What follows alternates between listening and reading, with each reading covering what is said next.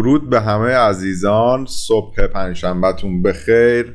امیدوارم که خوب باشید. از ابتدای ماه جولای از تحلیل ها استفاده کرده باشید و به طور بی‌نظیر سود کرده باشید و حال و هواتون خوب باشه. آخر هفته خوبی رو هم داشته باشید. بریم سراغ تحلیل های مارکت فاندامنتال و تکنیکال روز گذشته و سه‌شنبه.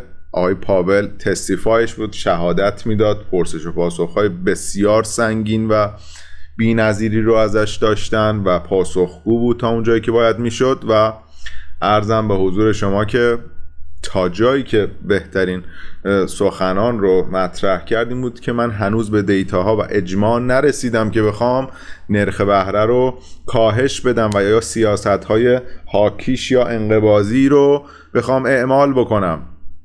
و مهمترین سخنش این بود که ما ببینیم آقا تورم چه اتفاقی براش افتاده، کاهش پیدا کرده، افزایش پیدا کرده که امروز هستش دیتای CPI که الان بهش میپردازیم و راجع به این صحبت کرد که ما فعلا به اشتغالمون مینازیم و لیبر مارکت یا مارکت کار و اشتغال ما فعلا خوب هستش. ببینیم چه اتفاقی امروز در دیتاها ساعت 4 میفته. امروز از ساعت 2 بامداد یه سری دیتا آمده برای انگلستان، برای امریکا، برای ژاپن که حالا کاری بهش نداریم. میریم سراغ 30 دقیقه دیگه، 27 دقیقه دیگه راجع به کانستراکشن اوتپوت انگلستان، راجع به GDP انگلستان روی GBP USD و روی ایندکس دلار تاثیر بسیار زیادی میذاره. اینداستریال پروداکشنشون هستش، تولیدات صنعتیشون هستش، ترید بالانسشون هستش. خیلی پوند امروز مهمه، حواستون رفقا بهش باشه. CPI آلمان رو داریم 30 دقیقه دیگه، بسیار مهم، 1 ساعت قبل از اوپن لندن. حواسا کامل امروز جمع باشه که چارت بسیار میتونه پرافیتبل و سودمند باشه برای شما عزیزان دل. خب عرضم به حضور شما بعد از دیتای CPI که میاد دیگه مارکت لندن هم باز شده، یک مقدار به آرامش میرسه و تازه اونجا شروع میکنن تریدرها به خرید و فروش و پوزیشن باز کردن. دیتای ساعت 12:40 آکشن ایتالیا هستش که کاری بهش نداریم، ممکنه یک مقدار روی یورو تاثیرگذار باشد، ولی قصه اصلی ما از ساعت 4 بعد از ظهر شروع خواهد شد. 4 بعد از ظهر کانتینیو جابلس کلیم یا ادامه مدعیان بیکاری بیشتر شده، 1858 شده 1860 پیش بینی. اگر بیشتر از این بیاد درسته که به ضرر ایندکس دلار هست و به نفع مارکت، ولی دیروز و پریروز و هفته های گذشته و فدرال رزرو و پاول گفتن آقا ما همه چیمون اوکیه، اگر این بد بشود و دیتاها به ما بگویند ما شروع میکنیم به کات ریت کردن و سیاست‌های انقباضی شدیدتر که این باعث میشه که مارکت بترسه و تا اینجای کارم یک پرایسی رو انجام داده زودتر از کسان دیگه و کلن دیتای اقتصادی چارت حرکت میکنه. کسی که تکنیکال رو میدونه از 74,000 بیت کوین میدونستی که به این تایم میخوایم ما نزدیک بشیم و حالا میریم رو چارت بیت کوین صحبت هم میکنیم. دیتای بسیار مهم کور CPI و CPI امریکا میادش، یک مقدار تورم کاهش پیدا کرده. خیلی مهمه این دیتا، وقتی کاهش پیدا میکنه به نفع ایندکس دلار هستش. ببینیم که آیا تورم کاهش پیدا کرده و پاول اون حرفایی که زده رو خیلی میگفتش که من خیلی خوب عمل کردم. راجع به پندمی دوران کرونا رو ازش سوال کردن، گفت نسبت به اون تایم ما تورم 10% رو رسوندیم به 3% و هدفمون 2% هستش که ببینیم چقدر تونسته کنترل کنه و یا این اتفاق میفته یا خیر. بسیار این دیتا پس مهم هستش و ریل ارنینگ ها هستش، اون درآمد هاشون و دیگه دیتای نچرال گس استوریج هستش که باز هم این میتونه روی ایندکس دلار تاثیرگذار باشه. و آقای رافائل بوستی که از فدرال ساعت 7 بعد از ظهر صحبت میکنه و بالانس فدرال از ساعت 9:30 دیتاش میاد که روی طلا میتونه بسیار تاثیرگذار باشه. روز مهمی رو داریم پنجشنبه. حواستون باشه کسانی که تریدر حرفه‌ای نیستن خواهش میکنم ریسکشون بسیار پایین و فقط چارت رو نگاه بکنن. اگه روزهای گذشته به طور مثال لوریج 10x و 20x و 30x و 100x میزدی، امروز جایزی 3x و 5x ترید بکنی و با مارجین بسیار پایین. خب بریم رو چارت. چارت BTC USD صرافی بیت استم چقدر زیبا، چقدر بی‌نظیر. کسان و عزیزانی که دیروز یوتیوب رو دیدن و ما رو فالو میکنن و حمایت میکنن و لایک میکنن و سابسکرایب، دمتون گرم.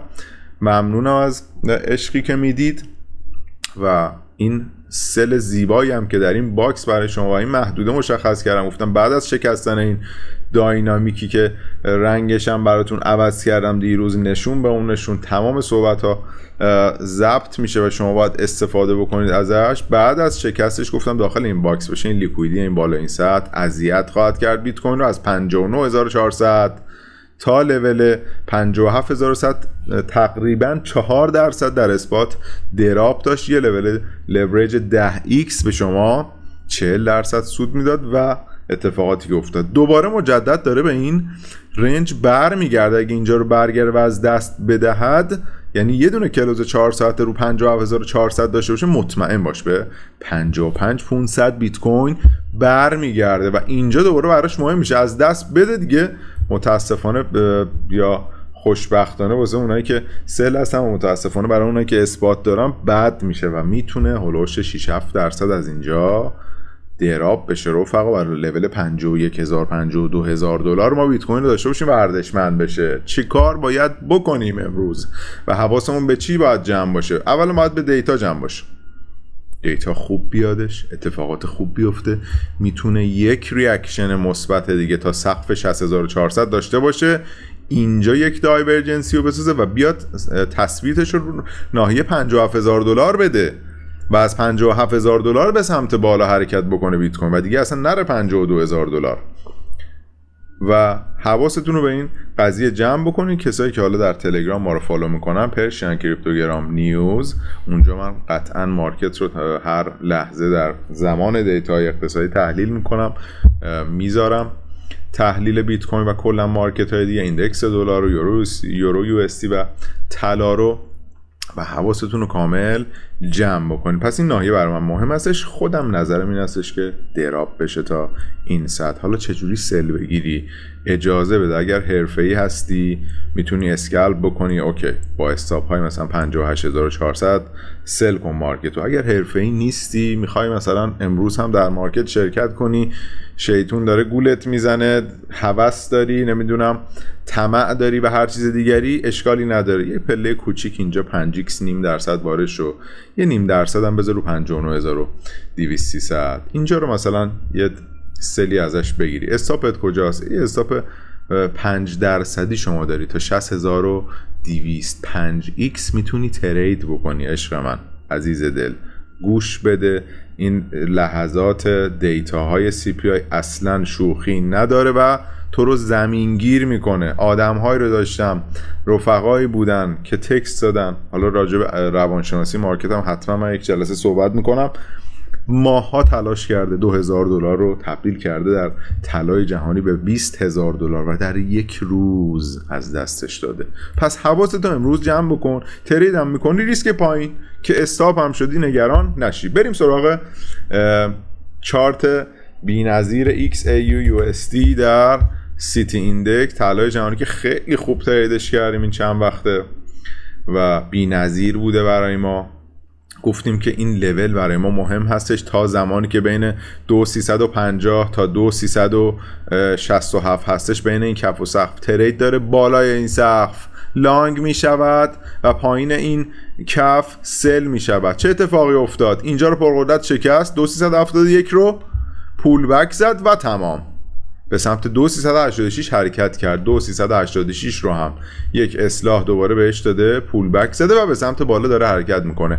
الان چی میشه حمید جان؟ راجع به طلا نظرت چیه؟ الان نظرم این هستش که با هاند شدن این کف، این سقف، با هاند شدن این سقف، یعنی 2386 تا 2394 که این سقفمون می شود، مجدد به سمت پایین حرکت بکنه. حالا پایینش میتونه همین سقف باشه یا 2371 یا اینجا باشه در این کف 2360. تمام. من نظرم راجع به طلا فعلا این هستش که از همین جاها یا یه دونه هانت این شکلی به سمت پایین حرکت بکنه و اگر چه کاری رو انجام بده؟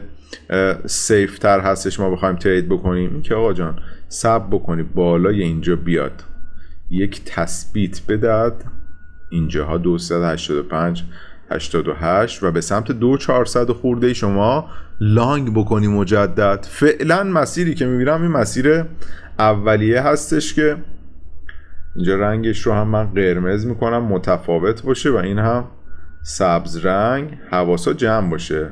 تمام. یه اسکرین شات هم از این بگید در صفحه یوتیوب داشته باش بدون بازی چه شکلیه.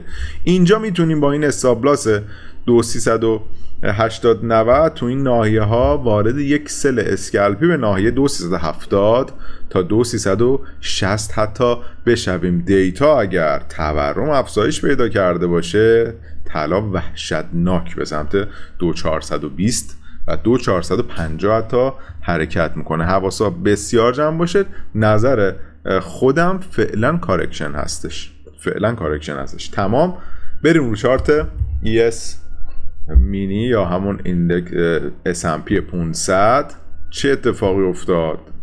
خوشا به حال اون عزیزانی که در ابتدای ماه جولای با ما این پوزیشن زیبا در S&P رو گرفتم و لانگ کردم. من اینجا خودم این سقف این 5674 یک سلی رو در S&P به صورت کم حجم و مدتدار گرفتم.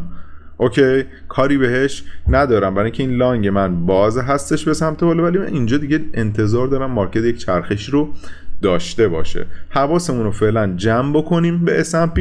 انتظار این رو دارم که اینجاها یه کارکشن خوبی رو حداقل تا کف این باکس به من بده و امیدوارم که وارد کارکشن بشه و اتفاقات خوب برای کسانی هم که اینجا میخوان سل بکنن بیفته. یک لانگ بی‌نظیر، یک تحلیل عالی. حالا دیگه منتظر کارکشنش هستیم.